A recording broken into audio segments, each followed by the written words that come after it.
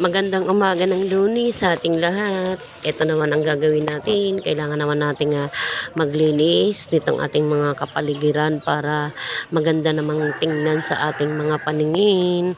Katuwang ko pa rin dito ang aking asawa dahil di pa rin niya. Kaya sasamantalahin ulit natin ang pagkakataon na siya ay kasama para may katuwang tayo sa paglilinis. Ang inyo palanganing butihing Lola Tabachingching ay nakasaklay ay gawa po ng hindi po talaga siya masyadong nakakaagi ng walang saklay kasi po yung kanya pong uric ay nataas, kaya pagka nasakit po ang kanyang mga binti ay kailangan talagang may kasama siyang saklay sa kanyang paglalakad. Naku, kawawa naman talaga, matagal na niya yung dinadaing ay tinitiis-tiis na lang niya yung sakit at para makatulong sa pamilya niya. Malakas pa naman daw siya, yun lang naman daw ang masakit sa kanya, ang kanyang mga balakang at saka mga paa. Yung vlogger nyo yan ay sakitin at talaga na marami na siyang nararamdaman sa katawan niya.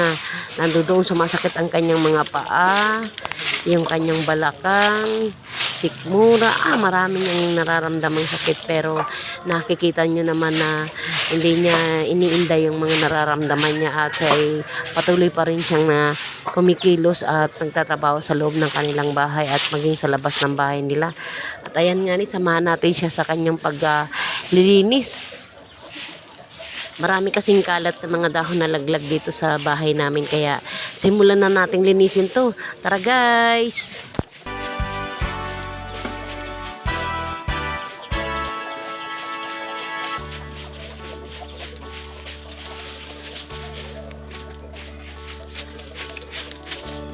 Buksan mo ang bintana ng mundo. Hawiin mo ang lumbay ng puso ko. Kay sarap mabuhay sa piling mo.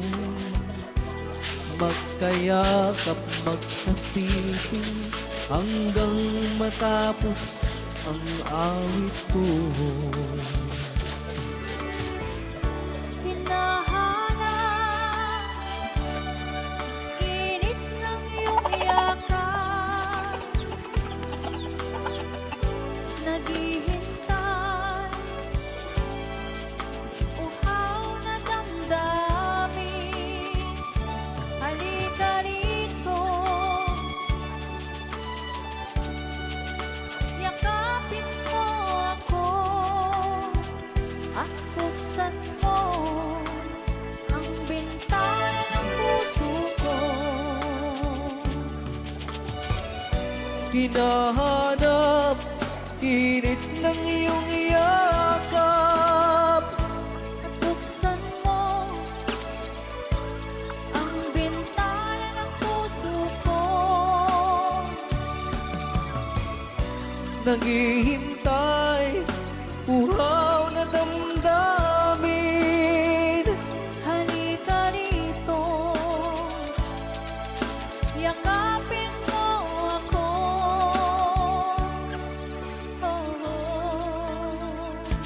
Hinahanap init ng iyong yakap, naghihintay uhaw na damdamin. Alipat ko muna sa kawan. Halika rito,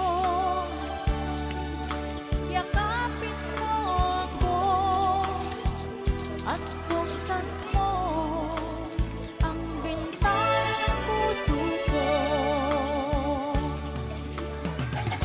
Hinahanap init ng iyong yakap, At buksan mo ang bintana ng puso ko. naghihintay uhaw na damdamin. Halika rito, yakapin mo ako. ayan na nga ni guys. Matapos kong maiisampay itong sa pinangkama namin at yung kumot kong tagpi-tagpi, ay tapos na rin naman kaming magwalis, na malinis na ang paligid.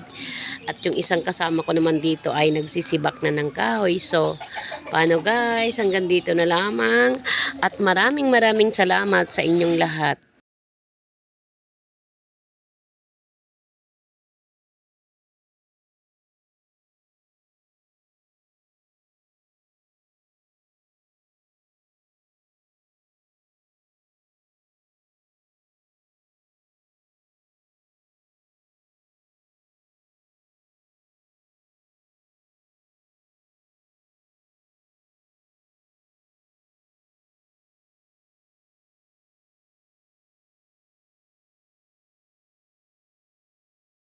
Ngayon naman ay isasampay naman natin itong mga kumutan nila ba natin kahapon.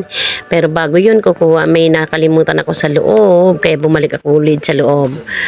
At sa mga sandaling ito ay may hinahanap ako doon. Ewan ko kung ano yung hinahanap ko na yun.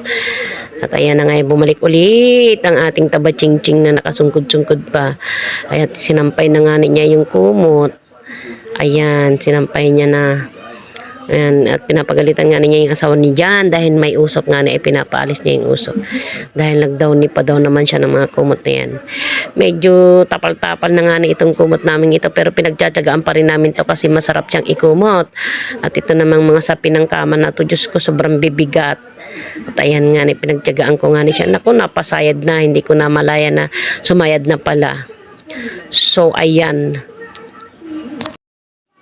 aking inunat-unat pa nga na itong sa pinangkama namin para madali nga siyang matuyo. Medyo may tuyo-tuyo na siya ng konti, pero mahalumigmig pa kasi, kaya dapat painitan talaga siya sa araw.